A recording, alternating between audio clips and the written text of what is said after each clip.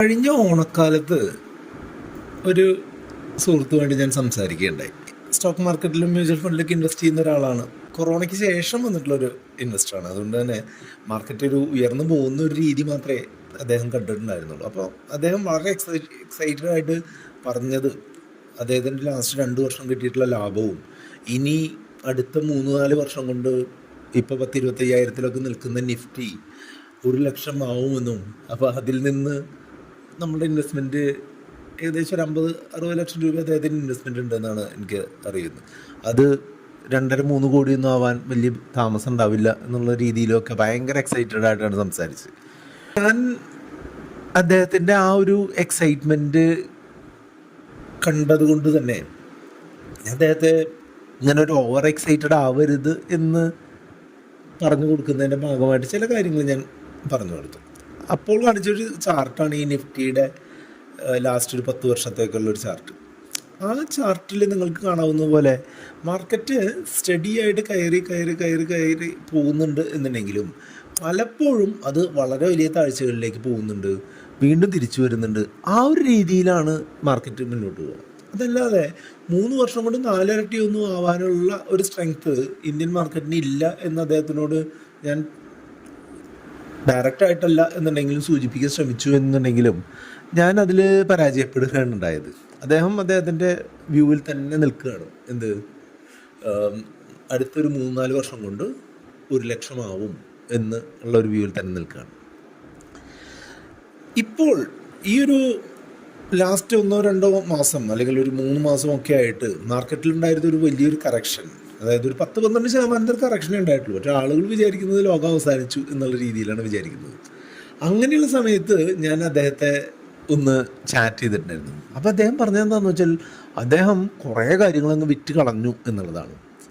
അപ്പോൾ ഇങ്ങനെ മാർക്കറ്റ് ഒരു 30-40% കയറിയതിന് ശേഷം ഒരു 10-12% കറക്റ്റ് ചെയ്തപ്പോഴേക്കും കയ്യിലുള്ള പോർട്ട്ഫോളിയോയുടെ മേജർ പോർഷനും ലാഭമില്ലാതെയോ ചെറിയ നഷ്ടത്തിലോ ഒക്കെ വിറ്റ് കളഞ്ഞിട്ടുള്ള ആളാണ് ഈ മാർക്കറ്റിനെ പറ്റി ആധികാരികമായിട്ട് സംസാരിച്ചു കൊണ്ടിരുന്നത് എന്നുള്ളത് എനിക്ക് ഭയങ്കര കൗതുകരമായിട്ട് തോന്നി.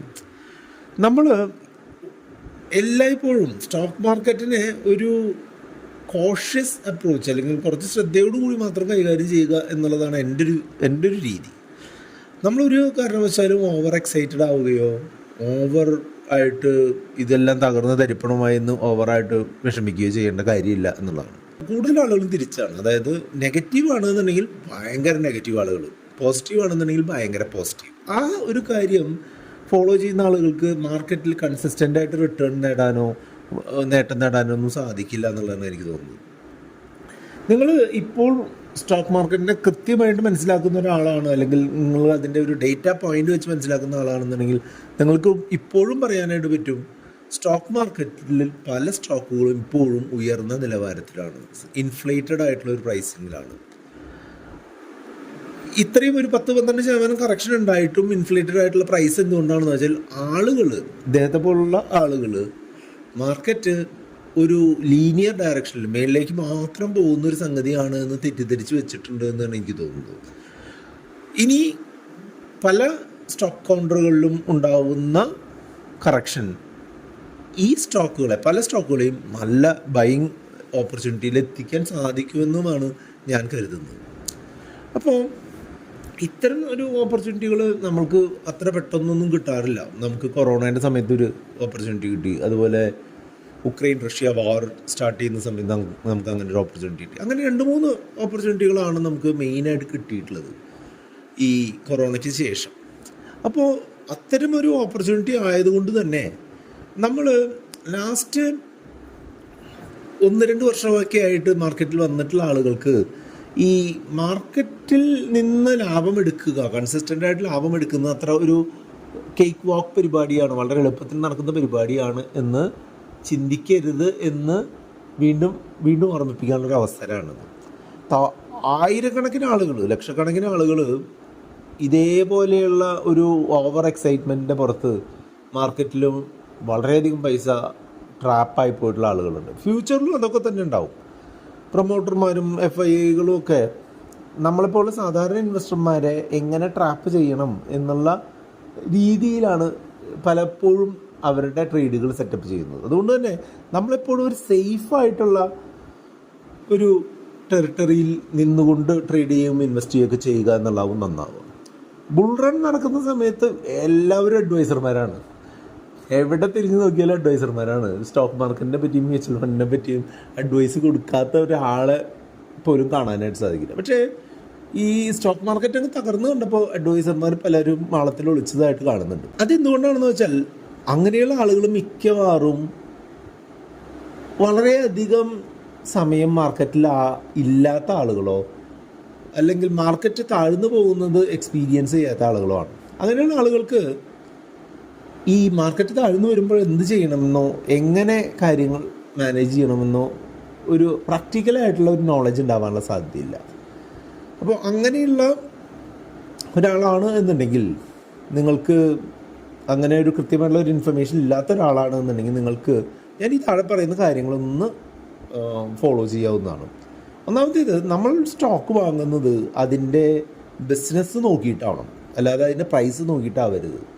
അതിൻ്റെ റവന്യൂയുടെ കാര്യങ്ങൾ എങ്ങനെയാണ്, അത് പ്രോഫിറ്റ് ഉണ്ടാക്കുന്നുണ്ടോ, അതിൻ്റെ മാനേജ്മെൻറ്റ് നല്ല രീതിയിൽ ട്രാക്ക് റെക്കോർഡുള്ള മാനേജ്മെൻ്റ് ആണോ, അതുപോലെ ഈ ബിസിനസ് ഫ്യൂച്ചറിൽ ഒരു ഔട്ട്ലുക്കുള്ള ബിസിനസ്സാണോ എന്നുള്ള കാര്യങ്ങളൊക്കെ നോക്കിയിട്ട് വേണം നമ്മൾ സ്റ്റോക്ക് തിരഞ്ഞെടുക്കാൻ. സ്റ്റോക്ക് ഒരു ഫിക്സഡ് ഡെപ്പോസിറ്റിൻ്റെ മേത്ത് ഒരു റോക്കറ്റ് കെട്ടി വെച്ച് മേളിലേക്ക് വിടുന്ന ഒരു സംഗതി അല്ല എന്നുള്ളത് നിങ്ങൾ എപ്പോഴും മനസ്സിലാക്കണം.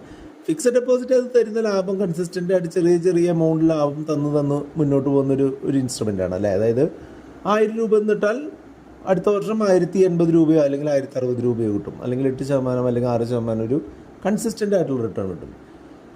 ഈ ആളുകൾ തെറ്റിദ്ധരിച്ച് വെച്ചിട്ടുള്ളൊരു കാര്യം എന്താണെന്ന് വെച്ചാൽ, ഇങ്ങനെ 8% 6% ലാഭത്തിന് പകരം കൺസിസ്റ്റൻ്റ് ആയിട്ട് 20-30%, 100% ഒക്കെ തരുന്നൊരു സംഗതിയാണ് സ്റ്റോക്ക് മാർക്കറ്റ് എന്നാണ് ആളുകൾ തെറ്റിദ്ധരിച്ചിട്ടുള്ളത്.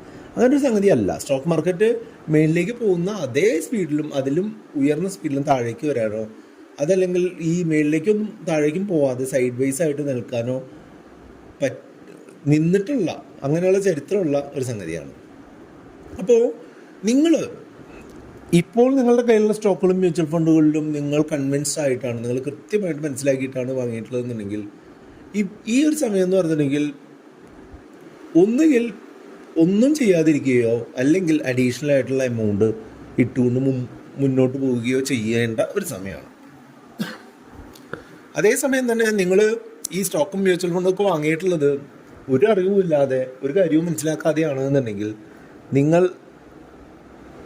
ഇപ്പോഴുള്ള പണം എടുത്തുകൊണ്ട് പോകുന്നതായിരിക്കും നല്ലത്. കാരണം എന്താണെന്ന് വെച്ചാൽ അടുത്തൊരു 3 മുതൽ 6 മാസം വരെ സ്റ്റോക്ക് മാർക്കറ്റിന് കാര്യമായിട്ടുള്ളൊരു ഉയർച്ച പേഴ്സണലി ഞാൻ പ്രതീക്ഷിക്കുന്നില്ല. അടുത്തൊരു 1.5 വർഷം ഈ ഒരു നെഗറ്റീവോ അല്ലെങ്കിൽ പോസിറ്റീവ് അല്ലാത്തതോ അല്ലെങ്കിൽ ചെറിയ രീതിയിലുള്ള പോസിറ്റീവായിട്ടുള്ള ഒരു മാറ്റം മാത്രമേ സ്റ്റോക്ക് മാർക്കറ്റിൽ ഉണ്ടാവുള്ളൂ. 2021, 2022, 2023 ലഭിച്ചിട്ടുള്ള 30%, 50%, 60% ലാഭമൊന്നും ഈ 2024, 2025 ലഭിക്കാനുള്ള സാധ്യതയില്ല. വലിയ ഓഹരികൾ 40% വരെയൊക്കെയും, ഇടത്തരം ഓഹരികൾ ഒരു 60% വരെയൊക്കെയും, സ്മോൾ ക്യാപ്പ് ഓഹരികൾ 90% വരെയൊക്കെയും താഴാനുള്ള സാധ്യതയുണ്ട്. അപ്പോൾ നമ്മൾ എടുത്തിട്ടുള്ള ഓഹരി ശരിയല്ല എന്നുണ്ടെങ്കിൽ നമ്മൾ വലിയ നഷ്ടത്തിലേക്ക് വരാനുള്ള സാധ്യതയുണ്ട്.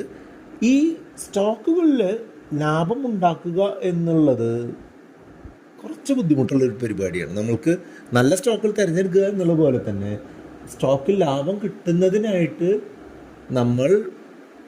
നമ്മളുടെ സ്റ്റോക്കുകൾ കൃത്യമായിട്ടുള്ള സമയത്ത് കൂടുതൽ എണ്ണം വാങ്ങുകയോ അത് കൃത്യമായിട്ടുള്ള ഒരു ലെവലിൽ എത്തുന്നത് വരെ നമ്മൾ പേഷ്യൻസോട് കൂടി വെയിറ്റ് ചെയ്യുകയോ ചെയ്യുക എന്നുള്ളതാണ്. ഈ ഒരു 4 പോയിന്റും കൂടെ പറഞ്ഞിട്ട് ഈ വീഡിയോ അവസാനിപ്പിക്കാം. ഒരു കാരണവശാലും ലോൺ എടുത്തൊന്നും ഇൻവെസ്റ്റ് ചെയ്യാൻ പറ്റുന്നൊരു അവസ്ഥയല്ല ഇപ്പോൾ. അതുപോലെ നിങ്ങളുടെ സേഫ് ആയിട്ടുള്ള അസറ്റുകളായിട്ടുള്ള PF പോലുള്ള സംഗതികളിൽ നിന്ന് വിഡ്രോ ചെയ്തിട്ട് ഇൻവെസ്റ്റ് ചെയ്യാൻ പറ്റുന്നൊരു അവസ്ഥയല്ല. പക്ഷേ നിങ്ങൾ ഓൾറെഡി കുറച്ച് എമൗണ്ട് ഇങ്ങനെ താഴ്ച വരുമ്പോൾ ഇൻവെസ്റ്റ് ചെയ്യാൻ താല്പര്യപ്പെട്ട് എടുത്തു വെച്ചിട്ടുള്ള ഒരു പൈസ ഉള്ള ആളുകളാണെന്നുണ്ടെങ്കിൽ അതിൽ നിന്ന് കുറേശ്ശെയായിട്ട് സ്റ്റേജ് ബൈ സ്റ്റേജ് ആയിട്ട് നിങ്ങൾക്ക് ഇൻവെസ്റ്റ് ചെയ്യാൻ പറ്റുന്നൊരു സമയം തന്നെയാണ്. ഒരു കാരണവശാലും നിങ്ങൾക്ക് 10 ലക്ഷം രൂപ ഇൻവെസ്റ്റ് ചെയ്യാൻ കയ്യിലുണ്ട് എന്നുണ്ടെങ്കിൽ അത് ഒറ്റ തവണയായിട്ട് നിക്ഷേപിക്കരുത്. ഒരു 2 ലക്ഷത്തിൻ്റെ 4-5 തവണകളായിട്ട് നിക്ഷേപിക്കുക എന്നുള്ളതായിരിക്കും. പിന്നെ ചെറിയ എണ്ണം സ്റ്റോക്കുകൾ മാത്രം, അല്ലെങ്കിൽ 2-3 കമ്പനികൾ മാത്രമായിട്ട് നിങ്ങളുടെ ഇൻവെസ്റ്റ്മെൻറ്റ് റെസ്ട്രിക്റ്റ് ചെയ്യരുത്. അതേപോലെ തന്നെ കുറേ അധികം എണ്ണം ഓഹരികൾ വാങ്ങി കൂട്ടുകയും വരുത്. അതായത് എൻ്റെ ഒരു അഭിപ്രായ പ്രകാരം ഒരു 10-നും 25-നും ഇടയ്ക്ക് എണ്ണം സ്റ്റോക്കുകളെ നമ്മളിപ്പോൾ ഉള്ള സാധാരണക്കാർക്ക് വേണ്ടു. അതിൽ കൂടുതലോ അതിൽ കുറവോ ആവുന്നത് അതിൻ്റേതായിട്ടുള്ള റിസ്ക്കുകൾ ക്ഷണിച്ചു വരുത്തും. ഇതിനെപ്പറ്റി കൂടുതൽ എന്തെങ്കിലും അറിയാനുണ്ടെന്നുണ്ടെങ്കിൽ നിങ്ങൾക്ക് നമ്മുടെ വാട്സപ്പ് നമ്പറായിട്ടുള്ള 8848030018 നിങ്ങൾക്ക് കോൺടാക്ട് ചെയ്യാം. വീഡിയോ ലൈക്ക് ചെയ്യാനും കമൻറ്റ് ചെയ്യാനും കൂട്ടുകാരും ഷെയർ ചെയ്യാനും മറക്കരുത്.